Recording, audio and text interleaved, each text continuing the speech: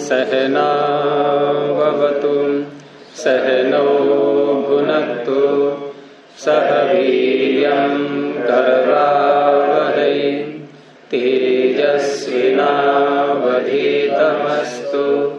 मा विद्विषावहै। ओम शांति शांति शांति।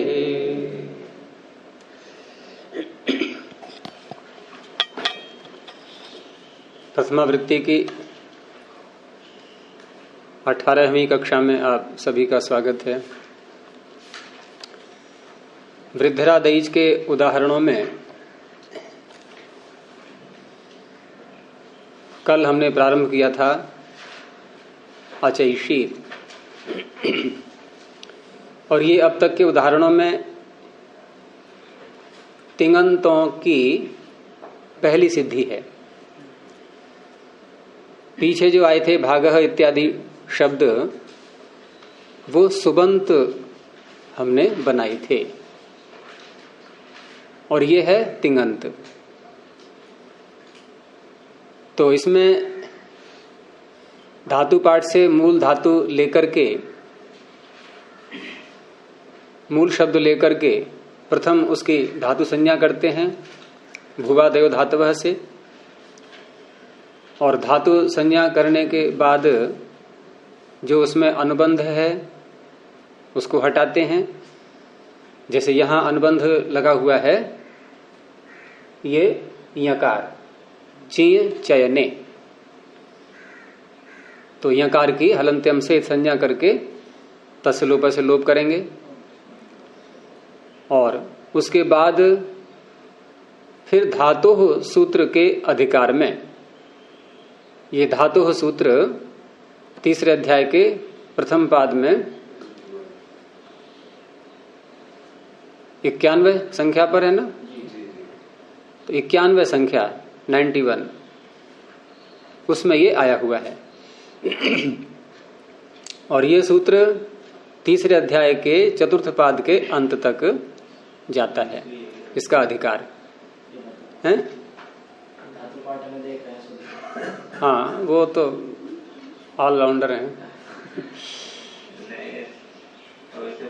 तो तीसरे अध्याय के अंत तक ये धातु हो जाएगा। अर्थात इस प्रकरण में जो भी सूत्र प्रत्यय लाएगा वो धातु से ही लाएगा।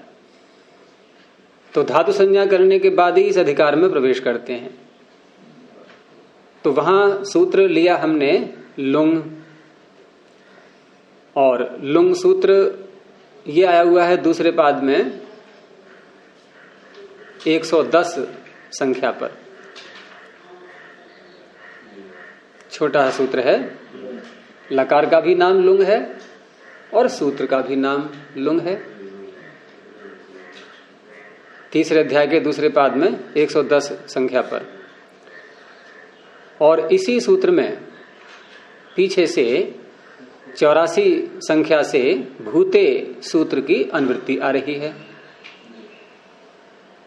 तो भूते के आगे जो ये सारे सूत्र आ रहे हैं, ये सब जो प्रत्यय करेंगे वो कौन से काल में होगा प्रत्यय? भूतकाल में। भूतकाल में ये प्रत्यय हो रहे हैं। उसी भूते की अनुवृत्ति लुंग सूत्र में आ गई। तो लुंग सूत्र का अर्थ बन गया, क्योंकि धातु भी आ रहा है पीछे से, कि धातु से भूतकाल में लुंग और प्रत्यय ही आ रहा है पीछे से। प्रत्यय परश्च प्रत्यय परे होता है। तो इस सूत्र के द्वारा ची धातु के आगे ये लुंग लकार आया था। अर्थात लुंग सूत्र से भूतकाल अर्थ में, भूत अर्थ को कहने के लिए ये प्रत्यय हुआ था। उससे पहले एक कार्य और किया था। कौन सा किया था? कौन बताएंगे?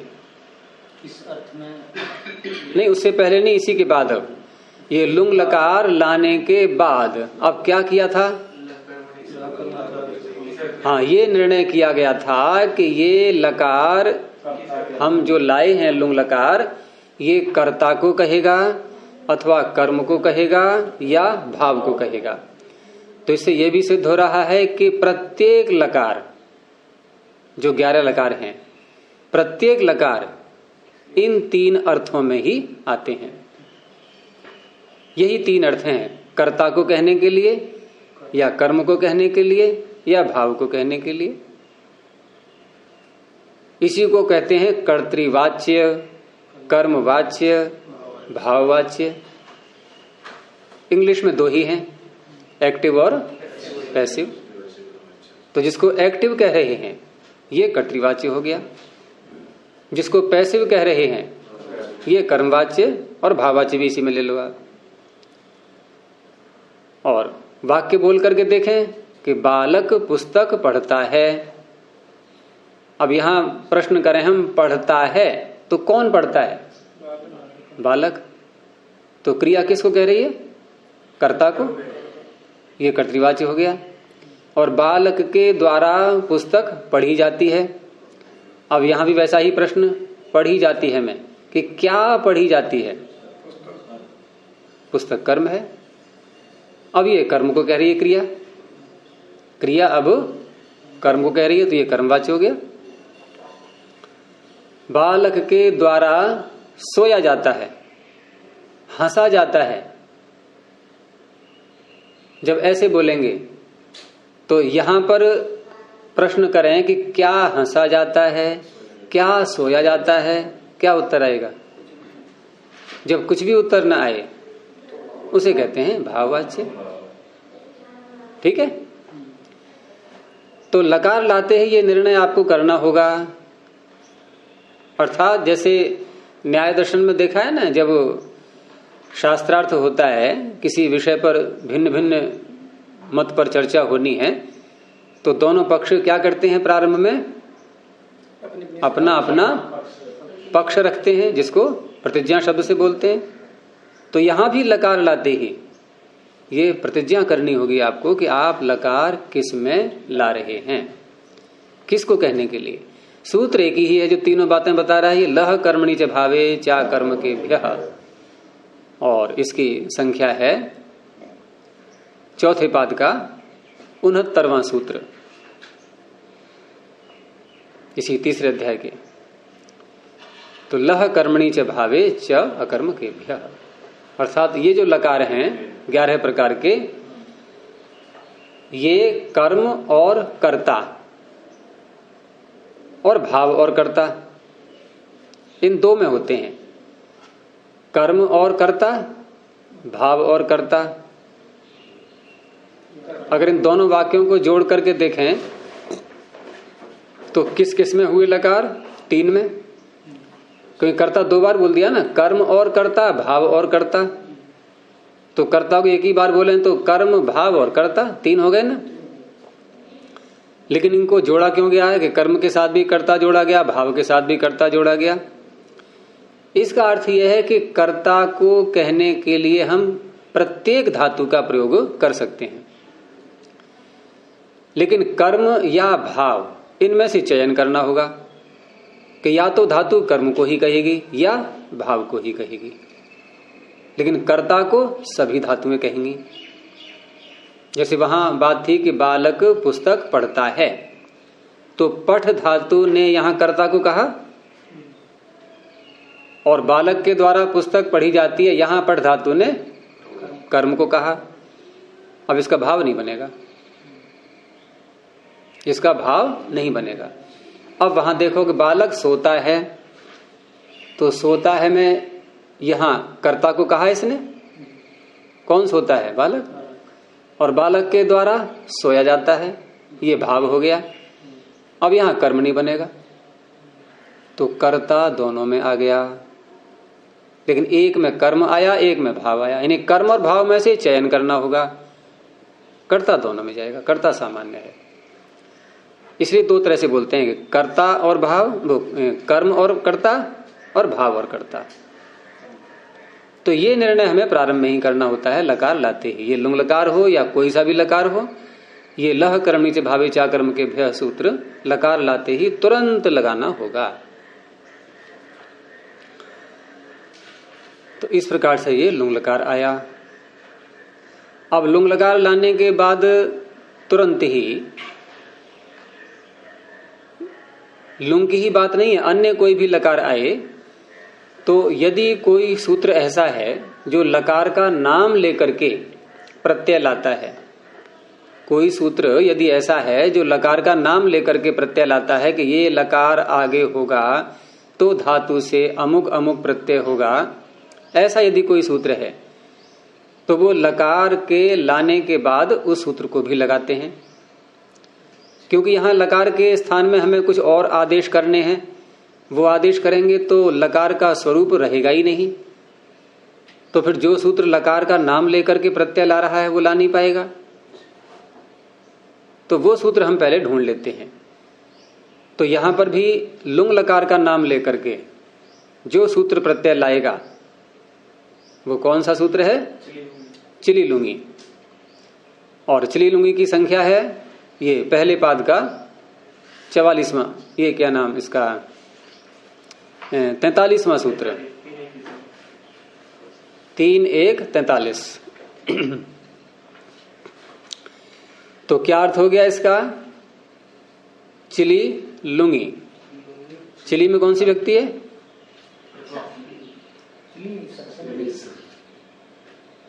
दो उत्तर आए, प्रथमा और सप्तमी। प्रथमा।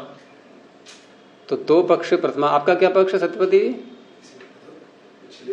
हाँ, तो प्रथमा के 3 हो गए, आप अकेले पढ़ रहे हो? नहीं, अकेला मैं भारी पढ़ूंगा गुरुजी, पत्र तो अकेला भारी होता है। अच्छा, और बताइए कौन कौन है?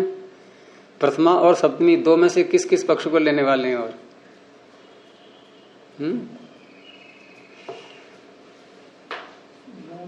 अमित, कोई पक्ष नहीं है या दोनों पक्ष हैं?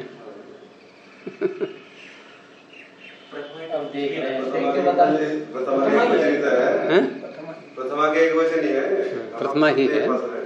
तो प्रथमा है तो सुप्रत्यय, तो प्रथमा है तो फिर ये सुप्रत्यय गया कहाँ? बनना चाहिए चिलिर लुंगी, सुप्रत्यय आएगा ना, तो यहां तो है ही नहीं। ये पीछे एक बार मैंने विषय उठाया था कि सूत्रों को छंदों के समान भी मानते हैं, छंदोवत सूत्राणि भवन्ति, अर्थात जो नियम व्याकरण के छंदों में मंत्रों में लागू होते हैं उन नियमों का प्रयोग पाणिनि ने इन सूत्रों में भी किया हुआ है। तो मंत्रों में सुपाम सुलुक बहुत प्रसिद्ध सूत्र है, ये सुपों का लुक हो जाता है तो लुक हो गया। तो चिली को कहेंगे लुप्त प्रथमांत निर्देश, लुप्त विभक्त्यंतम पदम, लुप्त विभक्ति वाला पद। और लुंगी में सप्तमी है, तो लुंग लकार परे रहते, सप्तमी का अर्थ परे रहते, लुंग लकार परे रहते धातु से उत्तर, धातु का अधिकार आ रहा है, चिली प्रत्यय हो जाता है, तो चिली प्रत्यय हो गया। तो स्थिति बन गई ची चिली लुंग। यहां तक आगे थे। लुंग में से अनुबंध हटा देंगे, ngकार को और उकार को। ngकार की हलंत्यम से संज्ञा हो जाएगी, उकार की उपदेशे जनुनासिक इत से संज्ञा हो जाएगी। रह गया लकार। अब चिली प्रत्यय ऐसा है कि ये स्वयं अपने स्वरूप में कभी रहता ही नहीं है, इसे कोई अपने स्वरूप में रहने ही नहीं देता, इसके स्थान में कुछ न कुछ और आ जाता है। और क्या क्या आ सकते हैं तो ये प्रकरण खोल के देख लो एक बार। यही जो सूत्र है चिली लुंगी के आगे पहला सूत्र क्या है? चिलेह सिच। तो चिलेह सिच ने ही यहीं से प्रारंभ कर दिया, ये है, यहीं से आदेश प्रारंभ हो गए। इन्हें चिली की आफत तो यहीं से आ गई। अब और चिलेह सिच सूत्र है ये सामान्य सूत्र, ये कहता है कि यदि और कोई सूत्र ऐसा न हो जो चिली के स्थान में कुछ कर पाए तो मैं तैयार बैठा हूं, फिर मैं तो करूंगा ही। हाँ, यदि कोई और कर रहा है तो मैं उसको अवकाश दूंगा, अवसर दूंगा उसके लिए, कर ले, ठीक है। लेकिन कोई सूत्र है ही नहीं। जैसे अन्य सूत्रों में आप इसी में क्रम से देखो तो इसी के आगे आ रहा है शल इगुपधा दनिटः क्षः, ये क्ष आदेश करता है चिली के स्थान में। फिर एक और आ रहा है आगे 48 संख्या पर निश्री दुष्भ्य कर्तरी चंग, ये चिली के स्थान में चंग करता है। फिर और देखें आगे 52 संख्या पर अस्यति व्यक्ति ख्यातिभ्योंग, ये चिली के स्थान में अंग आदेश करता है। और तो ये अनेक प्रकार के आदेश यहां पर आ गए। लेकिन अन्य जो आदेश हैं चिली के स्थान में, इन सब सूत्रों की अपनी अपनी शर्तें हैं कि ऐसा होगा तो हम करेंगे, ऐसा नहीं होगा तो नहीं करेंगे। अब वो शर्त यहां कोई लागू हो ही नहीं पा रही है, अर्थात अन्य आदेश कोई भी नहीं आ पा रहे। तो चिले से जा गया। फिर इसने कहा ठीक है भाई, तुम लोग नहीं करते तो मैं करता हूं, फिर मुझे तो करना ही है वो कार्य। तो चिलेह सिच ने क्या कर दिया?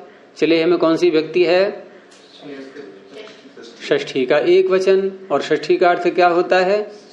के स्थान में नहीं, संबंध नहीं। यहां पर सूत्रों में जो अर्थ होगा, पहले ही पाद में सूत्र आपने सुना होगा, षष्ठी स्थाने योगा।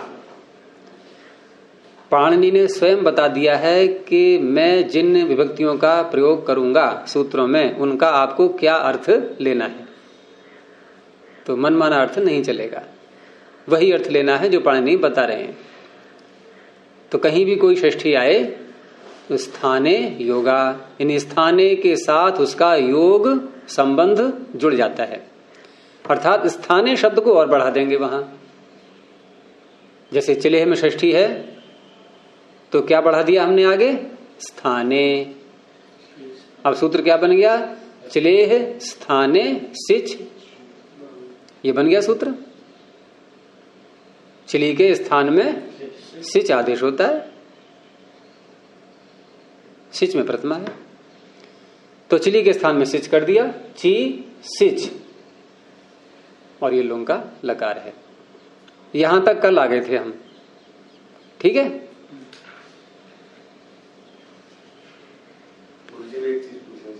आप दो चीज पूछो।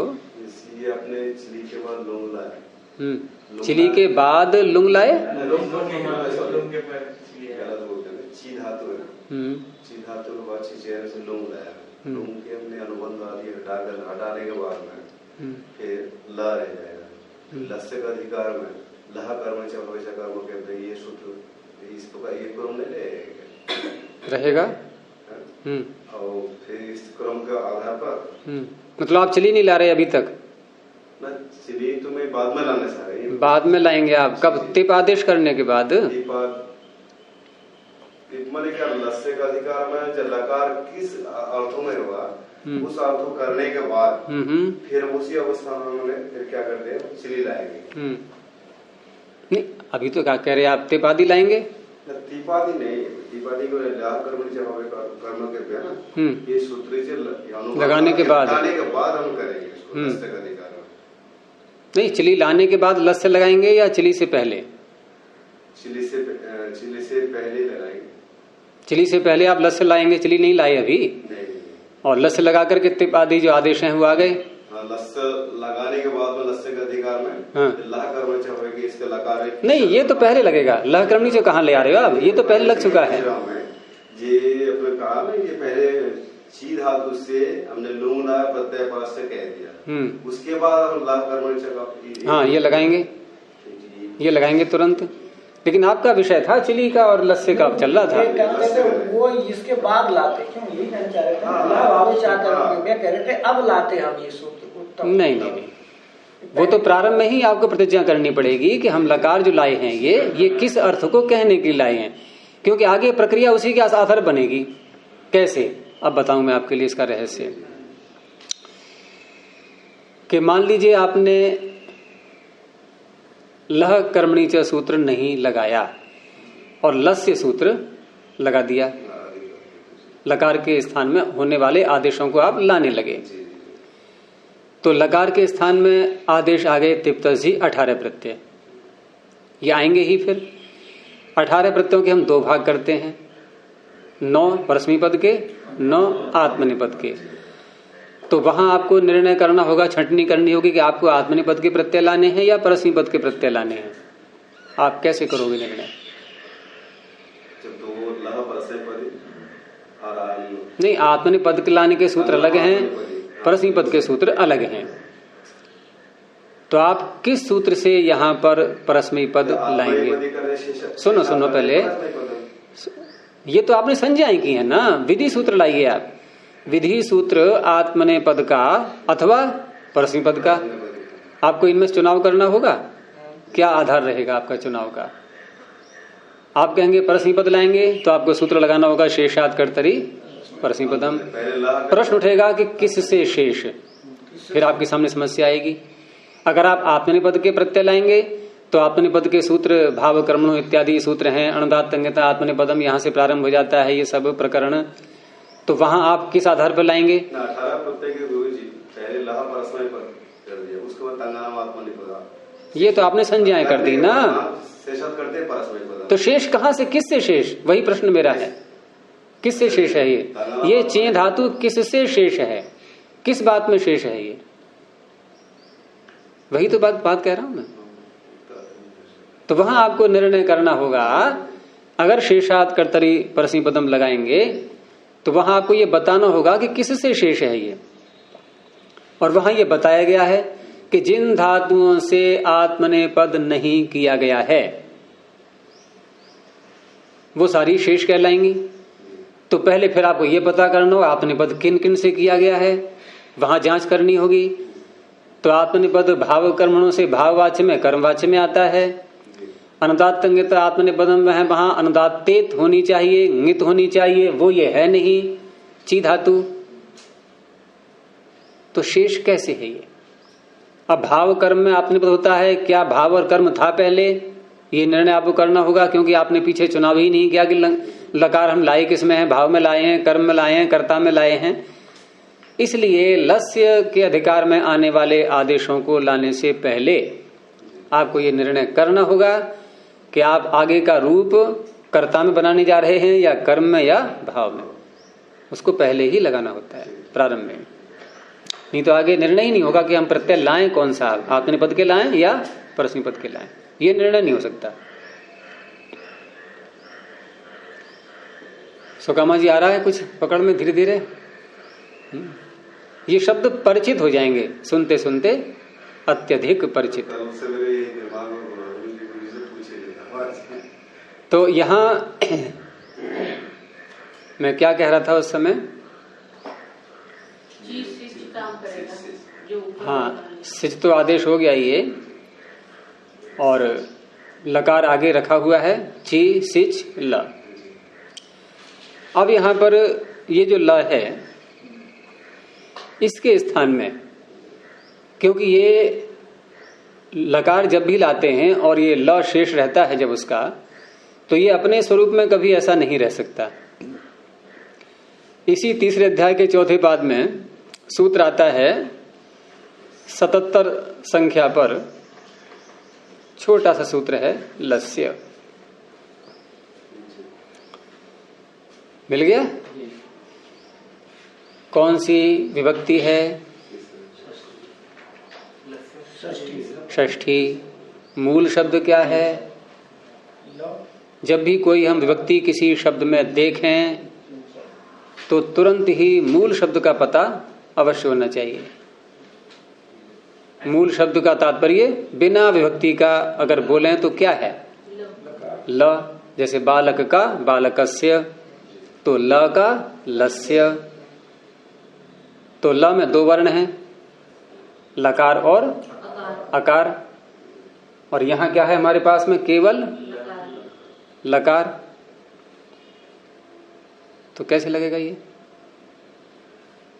तो वहां आकार उच्चारण के लिए है, नहीं मुख शुद्धि नहीं करनी है वहां पर, मुख सुख नहीं है। हाँ, केवल उच्चारण मात्र के लिए। वो मुख सुख वहां आता है त और द बोलने में, कि तकार बोलने में अच्छा लगता है कि दकार बोलने में।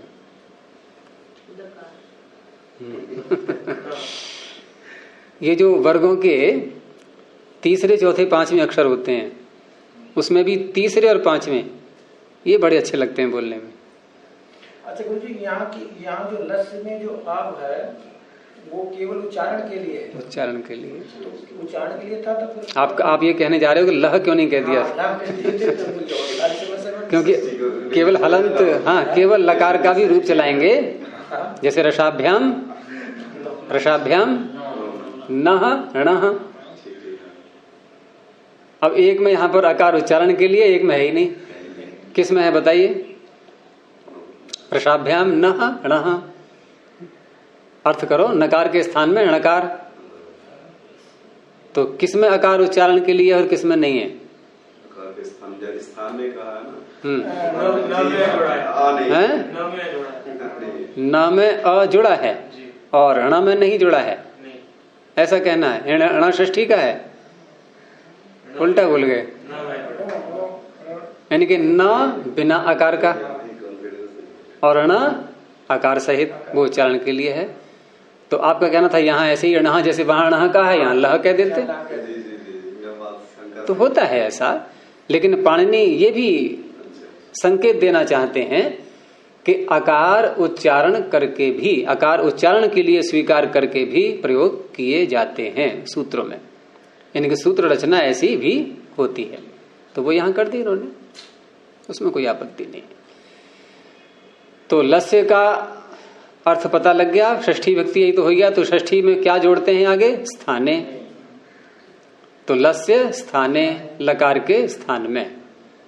अब लकार के स्थान में इतना बोल दिया बस, तो सूत्र का तो अर्थ पूरा नहीं हुआ यहाँ।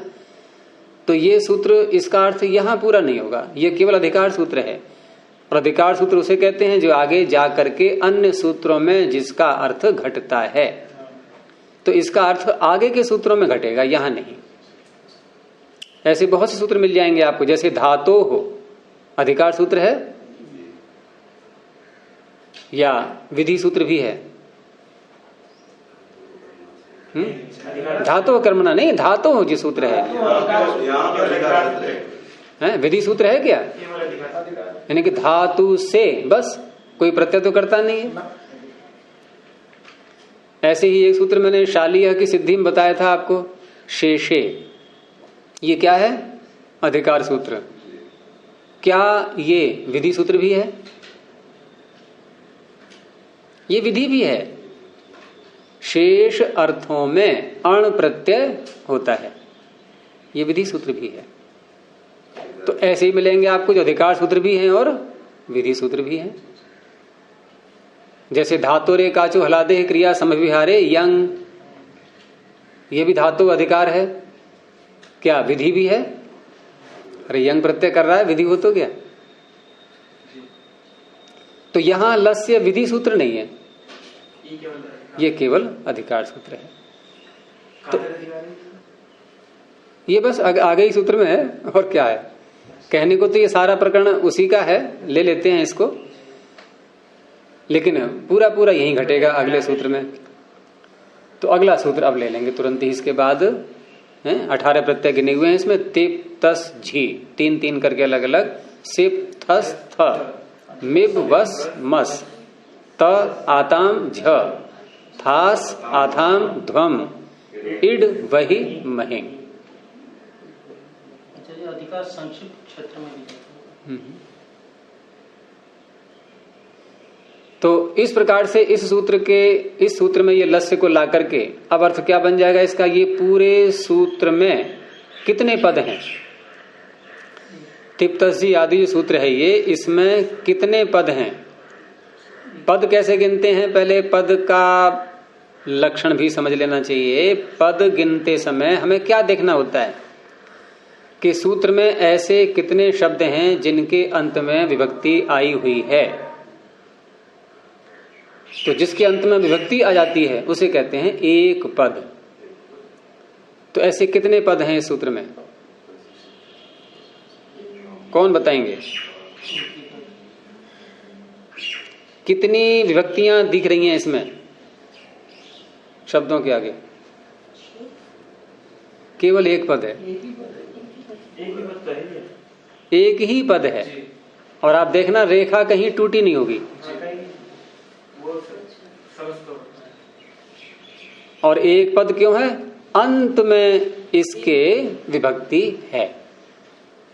तो जब पद बोल दिया तो पद के साथ में फिर हमें ये बोलना पड़ता है कौन सी विभक्ति कौन सा वचन, ये बोलना पड़ेगा नहीं अब?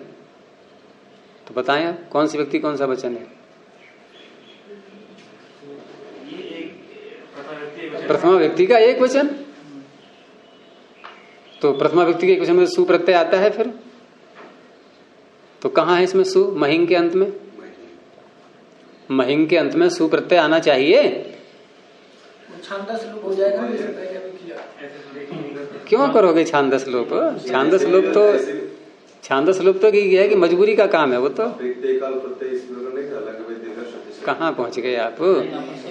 हल न्याभ्यो दीर्घात सुतिस्य प्रिक्तम हल। हलंत से उत्तर सु रहता ही नहीं। कहाँ सु बचेगा? सु आएगा लोप हो जाएगा।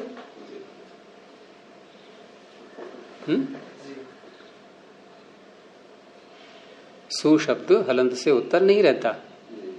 वाच शब्द के रूप कैसे चलते हैं? वाणी जिसका अर्थ है वाक, वाचो, वाचा। तो कहाँ है वाच के आगे सु? है ही नहीं। हाँ लोप, लुक नहीं। ये शब्दों में बड़ा अंतर है। आप लुक कहते हो तो कुछ और ही अर्थ निकलेगा उसका। केवल आदर्शन मात्र देख करके मत कहते ना कि लुक है, कि आप कुछ भी बोलते हो कि शुरू हो गया, कि लुक हो गया, कि लोप हो गया या लुक हो गया।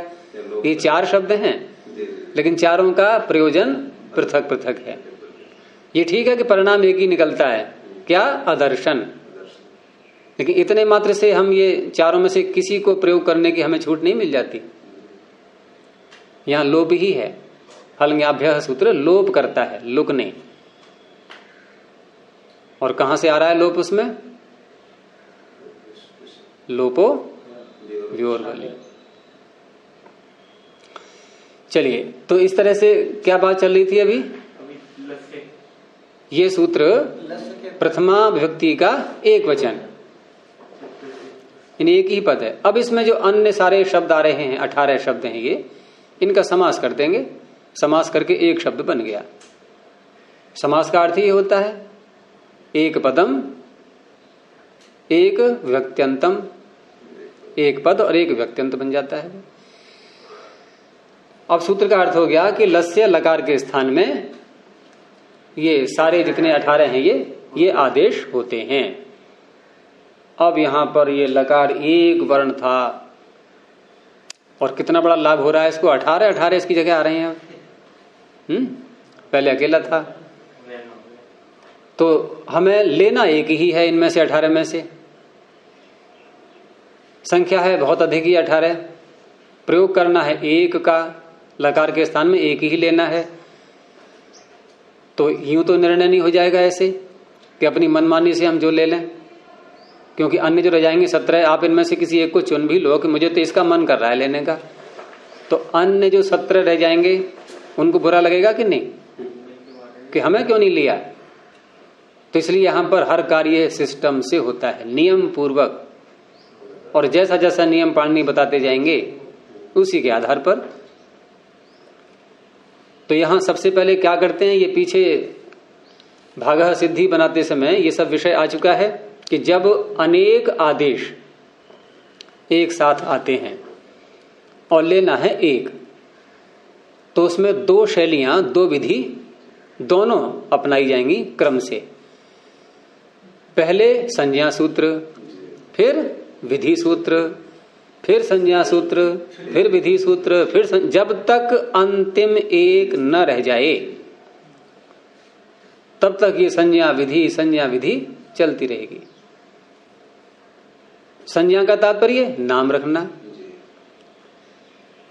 फिर विधि सूत्र के द्वारा उस नाम को बोल करके जिसका नाम रखा है उसको लाना।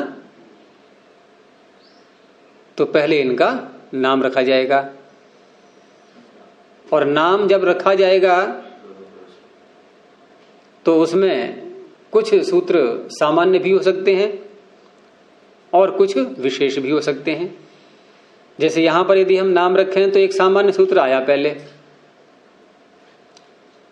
सूत्र आया लह परस्मई पदम, ये संख्या है इसकी प्रथम अध्याय के चौथे पाद में 98 संख्या पर, दूसरे कॉलम में नीचे को मिल गया, लह परस्मई पदम। अब देखो ना, इसमें कभी कहीं से कहीं पहुंचते हैं, कभी कहीं से कहीं पहुंचते हैं अष्टाध्यायी में, इसलिए याद करना आवश्यक होता है। इसमें ये तो है कि एक क्रम से चल रहे हैं बस, यानी सिद्धि में सूत्र लगा रहे हैं तो पहले वृद्धादेश लगाया, फिर अध्ययन गुण लगाया, फिर इको गुण वृद्धि लगाया, ऐसे नहीं होगा। और आपने पहले देखा होगा जब ये छपाई होती थी, जब ये मशीनें नहीं थी इस प्रकार की, तो ये कंप्यूटर वगैरह नहीं थे, तो कैसे अक्षरों को चयन कर करके और कोई पेज बनाते थे, लिखते करते थे, एक एक अक्षर उठा उठा करके, तो वो अक्षर कभी कहीं से उठाया, कभी कहीं से उठाया, तभी कहीं से उठाया, तब वाक्य बना, फिर पूरा शब्द बना, एक रचनात्मक वाक्य बन गया। लेकिन रचनात्मक वाक्य बनाने के लिए अक्षर कहाँ कहाँ से उठाए गए, क्या क्रम से उठाए थे? गुरु जी, हमने तो कंपनी करवाई है, हम तो खड़े खड़े नहीं समझ पाते, तो उनका हाथ बहुत फटाफट चलता है, वहां से उठा, बहुत जल्दी चलता है। आपने देखा है और मैंने किया भी है, क्योंकि वहां बहालगढ़ में जो पुस्तकें छपती थी, तो मेरी कुछ प्रवृत्ति रही है बचपन से कि कोई व्यक्ति कार्य करता है तो मुझे बिना किए रह नहीं मिलता। मैं कहता हूँ मुझे भी बताओ कैसे होगा ये। कुछ खाने बने होंगे, निश्चित होंगे, उस खाने में वही बना रखे होंगे, तो वही खाने में से उठा लेते होंगे, और फिर मैं औरों को सिखाता हूँ सीख करके। फिर मुझ पर रहा नहीं जाता, फिर औरों को सिखाया मैंने कि कैसे करते हैं, इसको बोलते हैं कंपोजिंग। अक्षर वाले बड़े निश्चित है ना कि क्रम से होंगे, वहां तो रखे हुए। हाँ, वो तो क्रम से हैं, क्रम से रखे हुए हैं। अब जब मकान बनाता है राजमिस्त्री, तो ईंट के ऊपर ईंट, ईंट के ऊपर ईंट ऐसे रखता है क्या? कभी सीधी रखेगा, कभी टेढ़ी रखेगा, कभी कैसे, कभी काट के रखेगा, कभी साबित रखेगा, तब बनता है मकान। हमारी देखो उंगलियां कैसी हैं, एक बराबर हैं सब? अगर एक बराबर होती तो बन जाता ही, तो अलग अलग साइज की बनाई ईश्वर ने। तो ऐसे यहां पर सूत्र कभी कहीं से कभी कहीं से चलता है ये, तब जाकर के शब्द शास्त्र का निर्माण होता है। तो लह परस्मई पदम, इसने क्या बताया? यहां कौन सी विभक्ति मानेंगे हम लह में? षष्ठी का एक वचन। अर्थ बन जाएगा कि लकार के स्थान में जो कुछ भी है, क्योंकि नाम नहीं लिया इसने किसी का, उस सब का नाम होता है परस्मै पद। अब जो कुछ भी है में क्या क्या आ सकता है? 18 दिए आगे, और क्या है बताइए, कौन बताएंगे?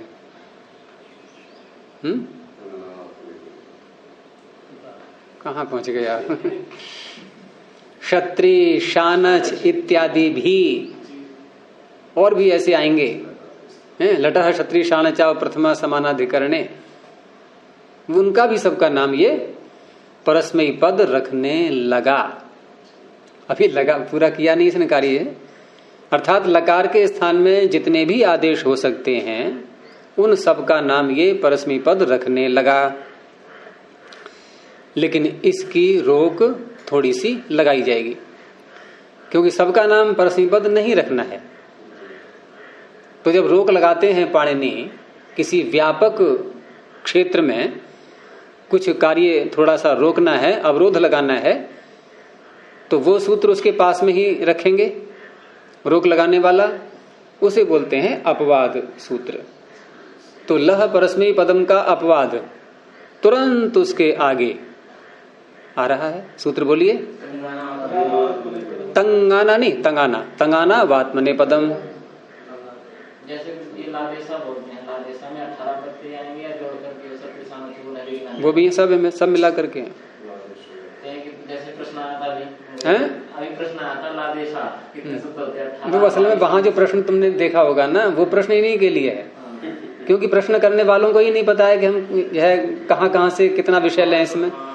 वो चल पड़ता है तो बस वही उसी में प्रश्न है। फिर तो वहां तुम्हें यही उत्तर देना, तुम वहां क्षत्रिय शान लिख दोगे ना, काट देंगे वो, नंबर कम देंगे उल्टा। और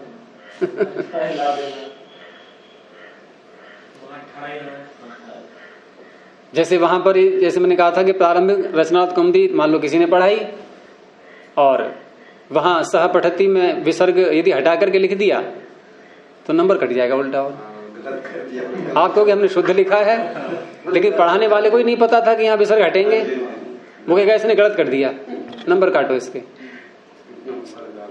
तो सही के भी नंबर कट जाएंगे।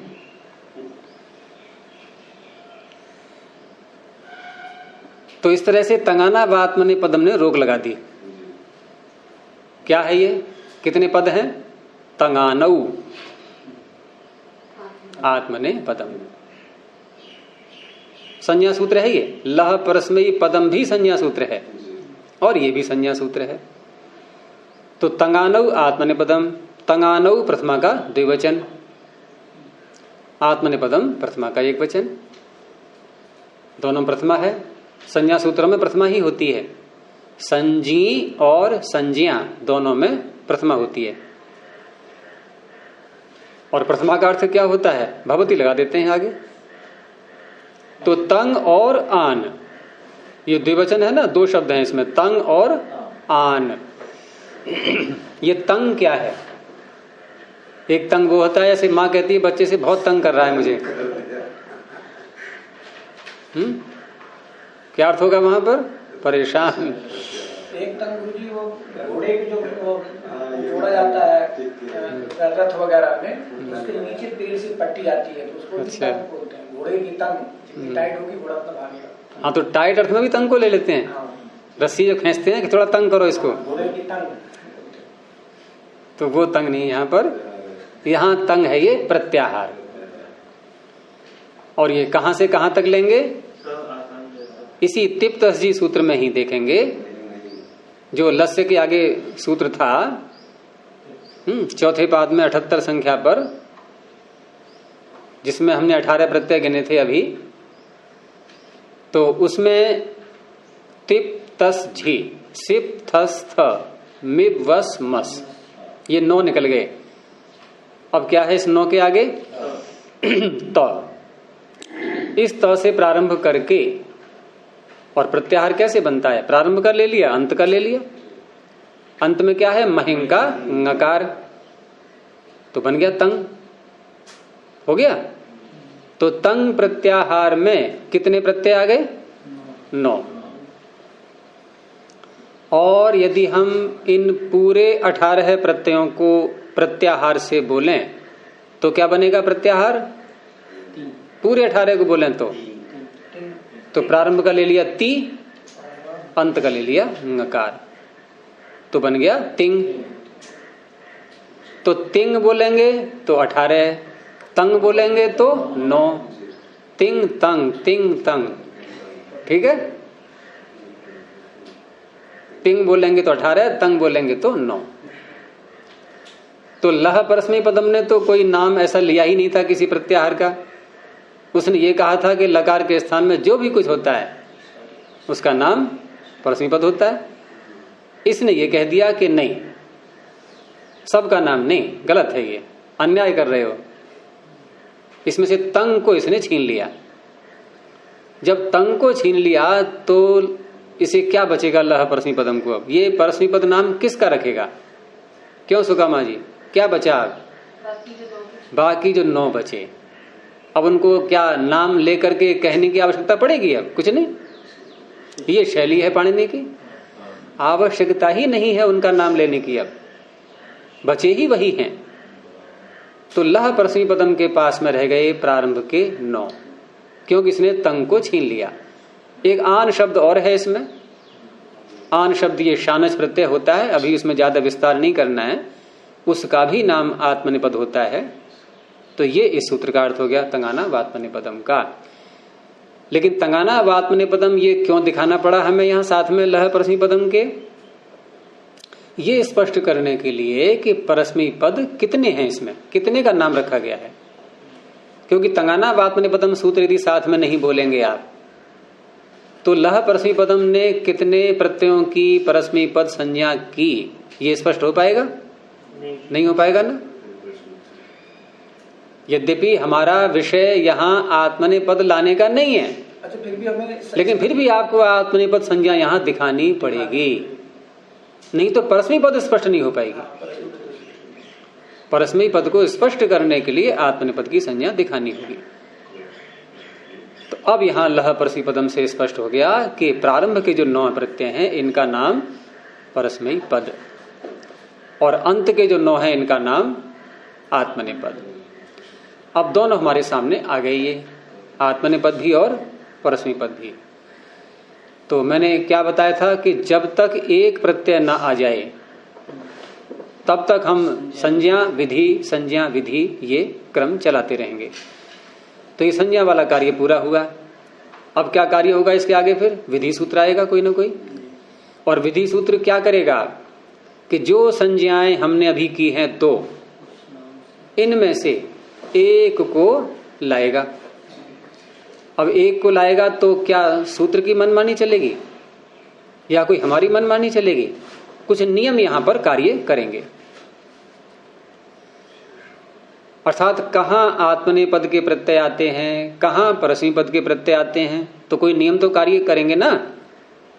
तो वो नियम कैसे कैसे होते हैं? तो एक तो पाणिनि ने जो मूल धातु पाठ में धातु पढ़ते हैं जब, तो उनकी रचना का प्रकार कैसा होता है पहले वहां देखते हैं। वहां वो धातुओं में किसी में तो अनुबंध लगाते हैं और किसी में नहीं लगाते। जैसे यहां जो धातु पढ़ी है ये किस रूप में है? ये चीय चयने, ये अनुबंध सहित है, ठीक है। और अनुबंध सहित है तो ये अनुबंध चाहे इस धातु में हो या और कोई धातु बोल दो आप अनुबंध वाली, कौन सी ध्यान में आ रही है? कोई सी बोल के देखो। हैं? गम लिरी है वो, तो वहां लिरी अनुबंध है, वहां लिरी अनुबंध है। डुकरी में भी डू अनुबंध है और यकार अनुबंध है। तो जहां कहीं भी ऐसे अनुबंध लगे हुए हैं, अंत वाले अनुबंध, वो अनुबंध ये निर्णय देते हैं कि धातु से आत्मनेपद आएगा या परस्मै पद आएगा। फिर वाक्य समझ लीजिए कि धातुओं में जिनमें अनुबंध लगा होता है, जिनमें नहीं लगा है उनकी बात ही नहीं हो रही है। जैसे भूसत्तायाम कोई अनुबंध नहीं है। जिनमें अनुबंध लगा होता है वो अनुबंध ये बताएगा आपको कि धातु से आत्मनेपद आएगा या परस्मै पद आएगा। पहली बात, बिना अच की कोई धातु होती नहीं है। कोई ऐसी धातु जिसमें कोई भी अच न हो धातु पाठ में? है कोई कल्पना करके देखो, कोई भी हो, सोचो जिसमें अच न हो। बल्कि एक से अधिक तो मिल जाएंगे आपको, 1 2 3 अच तक मिल जाएंगे। दरिद्रा, दुर्गतौ, दरिद्रा 3 अच हैं। 2 वाले बहुत मिल जाएंगे, लेकिन एक भी अच न हो ऐसी एक भी नहीं है। अच्छा, और अब दूसरी बात, अनुबंध हटाने के बाद, मान लो अनुबंध हैं और अनुबंध हटाने के बाद कभी कभी अनुबंध स्वरों के भी होते हैं।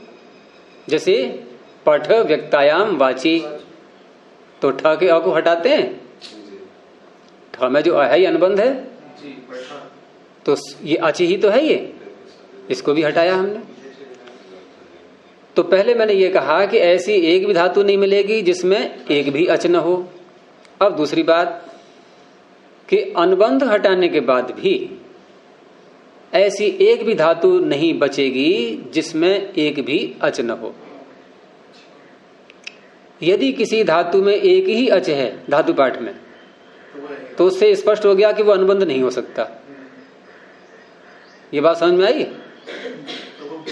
यदि धातु पाठ में कोई धातु पढ़ी है और एक ही अच है उसमें, तो क्या अर्थ हुआ इसका? वो अनुबंध नहीं हो सकता। जैसे भूसत्तायाम, इसमें एक ही अच तो है और 2 हैं तो संभावना है कि एक अनुबंध हो, 3 है तब भी संभावना है कि एक अनुबंध होगा ही। हो गया स्पष्ट?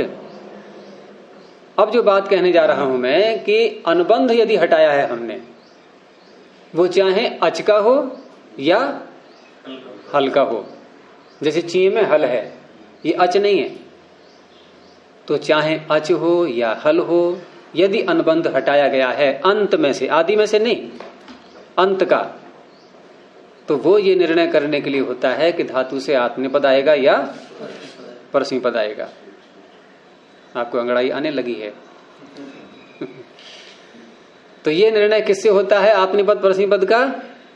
धातुओं में आए हुए अंतिम अनुबंध से। ये अंतिम शब्द साथ में जोड़ देना, क्योंकि आप डुकरे में डू को हटाओगे, वहां निर्णय करने लगो डू से क्या आएगा, परस्मैपद या आत्मनेपद है। ये मिदा स्नेह ने, ये निर्णय नहीं होगा। आप ये को हटाओगे और उससे निर्णय करने लगो, अंत के अनुबंध से निर्णय होता है ये। अब एक बात और, यद्यपि अभी विषय उसका आया नहीं, आगे आएगा, कि जो स्वर रह गया है धातु में, अब उसकी बात हो रही है। सब जो है उसका छीला छाली करके, छिलका हटा करके, अनुबंध हटा करके, अब जो शुद्ध स्वरूप धातु का सामने आया, जैसे ये आया है, ठीक है। तो ये जो स्वरूप सामने आता है उसमें एक स्वर तो रहना ही है, ये तो मैंने पहले ही कह दिया आपसे। जो स्वर रहेगा वो स्वर, वो अच, वो ये निर्णय कराएगा कि धातु में इट आगम होगा या नहीं होगा। ये बातें आपको नई नहीं सी लग रही होंगी कुछ, लेकिन मैं वो सूत्र बता रहा हूं, वो विधियां जिनसे आपको आगे कटना ही नहीं होगी। नहीं तो ये सोचते ही रहोगे क्या होगा क्या नहीं होगा, कि इट आगम होगा कि नहीं होगा, आत्मनेपद है लाएं कि परस्मैपद लाएं। हाँ, ये बताएगा। अब ये जो स्वर रह जाते हैं धातुओं में, अच कहना चाहिए हमें व्याकरण की भाषा में, जो अच धातुओं में रह जाते हैं अनुबंध हटा करके, वो 2 प्रकार के होते हैं। स्वरों के, अचों के धर्म कितने होते हैं? 3, उदात्त, अनुदात्त, स्वर हैं तो और भी, लेकिन ये जो शैली है वाली 3 वाले, हम सानुनासिक, अनुनासिक ये भी कह सकते हैं, लेकिन वो हमारा विषय नहीं यहाँ पर। उदात्त, अनुदात्त, स्वरित, ये होते हैं, ठीक है। तो अब जो स्वर रह गया है, हाँ एक चीज और साथ में जोड़ दूं, अभी जो हमने अनुबंध हटाए थे अंत से धातु के, वो या तो हल थे या अच थे। तो हल में तो उदात्त अनुदात्त बोलेंगे नहीं, स्वरित बोलते हैं क्या? अच में ही तो बोलेंगे। तो अच रूपी जो अनुबंध हमने हटाया धातुओं के अंत में से, वो भी उदात्त अनुदात्त स्वरित इनमें से कोई ना कोई होगा, लेकिन वह कभी भी उदात्त, अनुदात्त और स्वरित, हाँ इन 3 में से तो कोई भी हो सकता है, वो इन तीनों में से कोई भी हो सकता है। लेकिन जो स्वर रह जाता है शेष अनुबंध हटाने के बाद, उसमें 2 ही धर्म होंगे, या तो उदात्त होगा या अनुदात्त होगा, वो स्वरित नहीं होता कभी भी।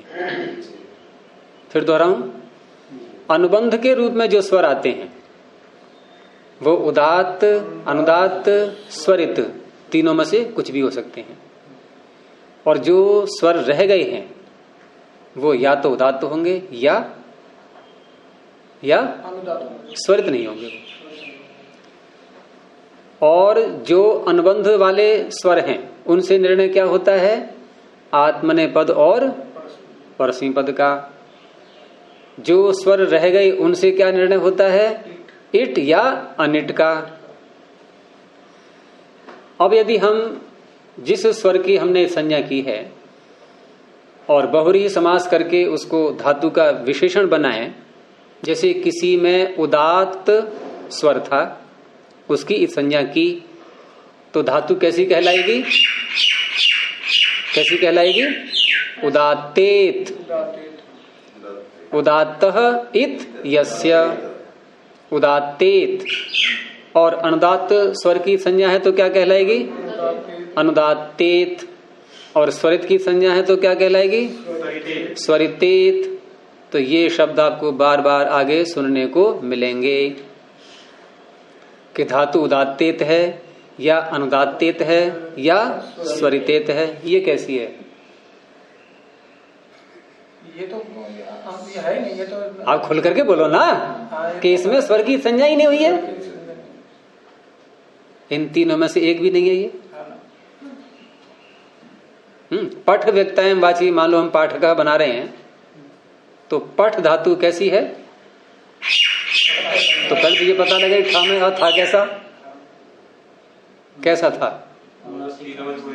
हैं? ये अनुनासिक कहां से ले आए?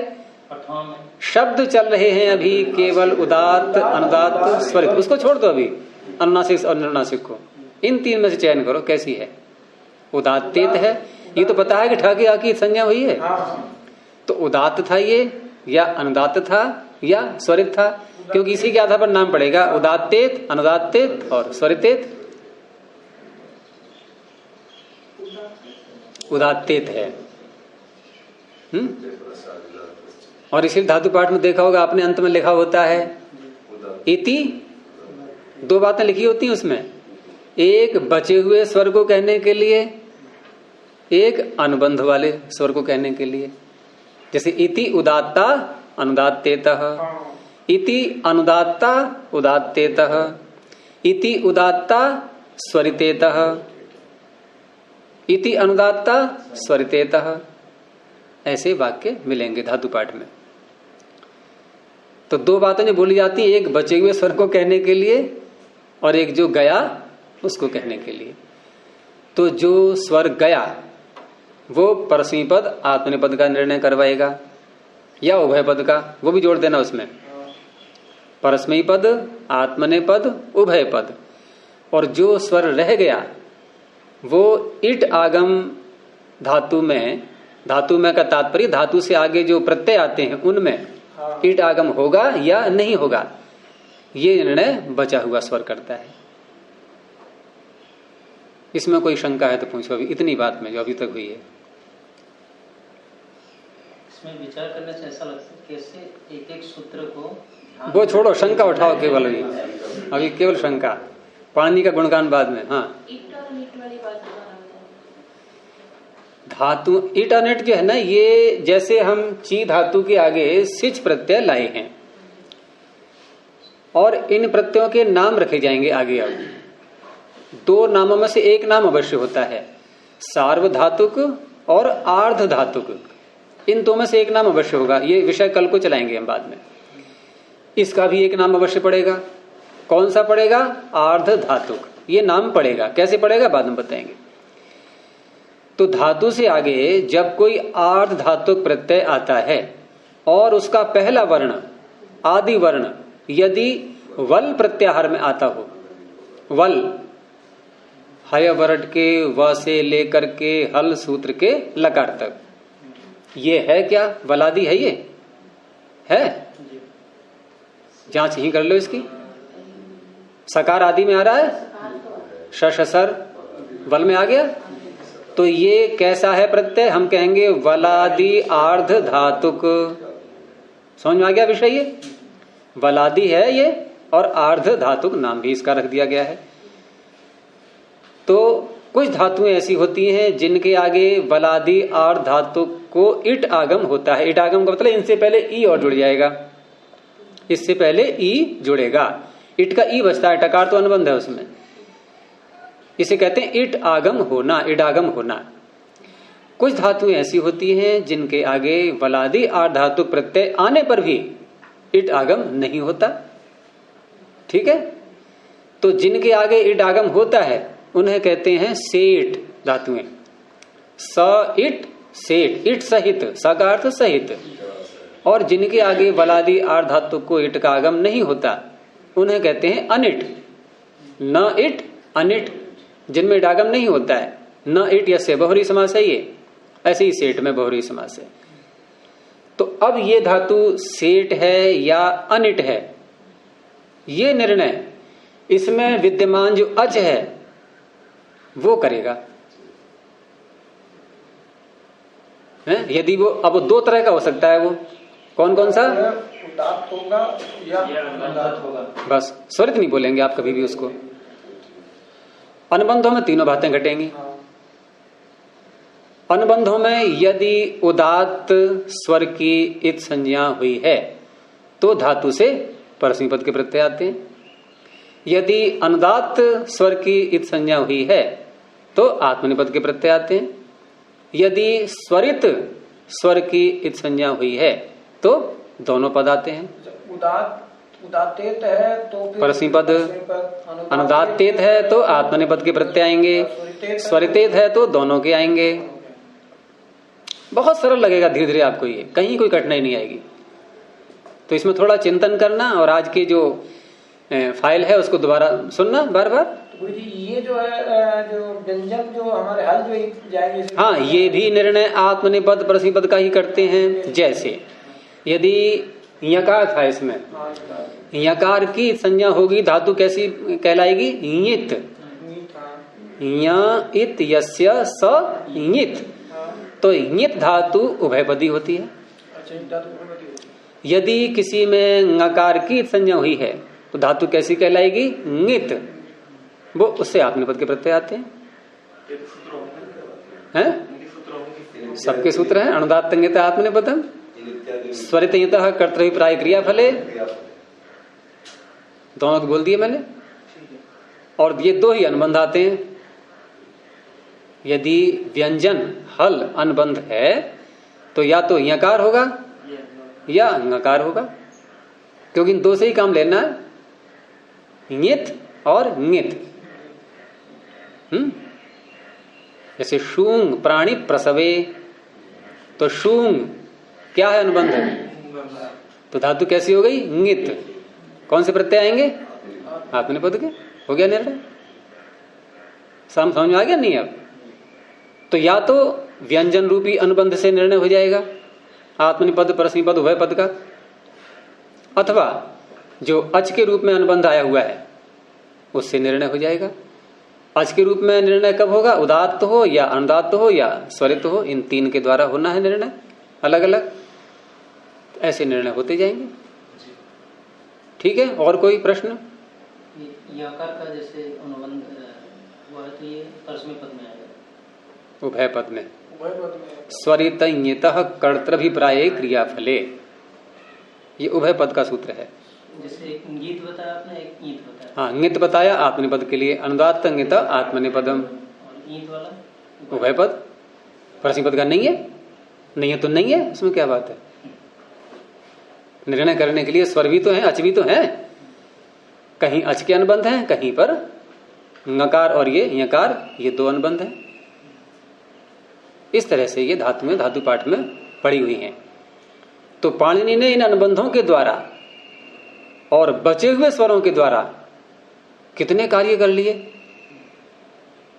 इसमें उदात्त अनुदात्त स्वरित भी बचे हुए में व्यंजनों का जो है ना, जिसे अनुबंध हटाते हैं, जैसे चिया में ई हटाया, आदिदात्त हो गए, वो अलग विषय, उसको छोड़ दीजिए अभी, उसको यहां नहीं लेंगे। क्योंकि धातुएं सदा, एक सूत्र है धातु और भी है। आपने धातु पढ़ा अभी तक तीसरे अध्याय का प्रथम पाद का 91 संख्या का सूत्र। एक धातु और भी है, कहाँ है बताओ, कौन बताएगा? धातु 3 जगह आया था पहले। नहीं, वो तो तीसरे अध्याय में ही 3 जगह है। अकेला धातु, वो जो 2 जगह और था वो अन्य सूत्र के साथ में जुड़ा हुआ था। आप सूत्र बोलिए और उसके आगे बोल दीजिए, पता लग जाएगा पूरा पूरा। क्योंकि आगे पीछे का एक बोल दो आप तो हाँ हम समझ जाएंगे आप वहीं पहुंच गए। एक आगे और बोल दो, उसके क्या है जिसको आप बोलना चाह रहे हो। उसके आगे है चितः। चलो अच्छा, अब उसके आगे और बोल दो फिर। हाँ, धातु चितः तद्धितस्य कितः। कितने छोटे छोटे सूत्र हैं, तो 4 सूत्र आपको याद हो गए तुरंत ही। 4 हो गई एक साथ ये, तो 4000 में 4 तो कम हुए याद करने में। ऐसे ही कम होते जाएंगे धीरे धीरे। तो वो सूत्र जो धातु है ये अंतोदात्त करता है प्रत्येक धातु को, तो वहां ये आपका यकार काम नहीं करेगा। नित्याद्रि नित्यम ये यकार धातुओं के यकार के लिए नहीं है, ठीक है ना। इसका प्रयोजन केवल उभय पद लाना है, बस ये हो गया चरितार्थ। अब और किसी काम में नहीं आना ये। तो इस तरह से ये निर्णय धातुओं में चलता रहेगा। और भी कुछ रहस्य हैं धातुओं के, ये अब कल को लेंगे, आज का समय हो रहा है पूरा, इसको यहीं रोकते हैं अभी। प्रणव ध्वनि। ओ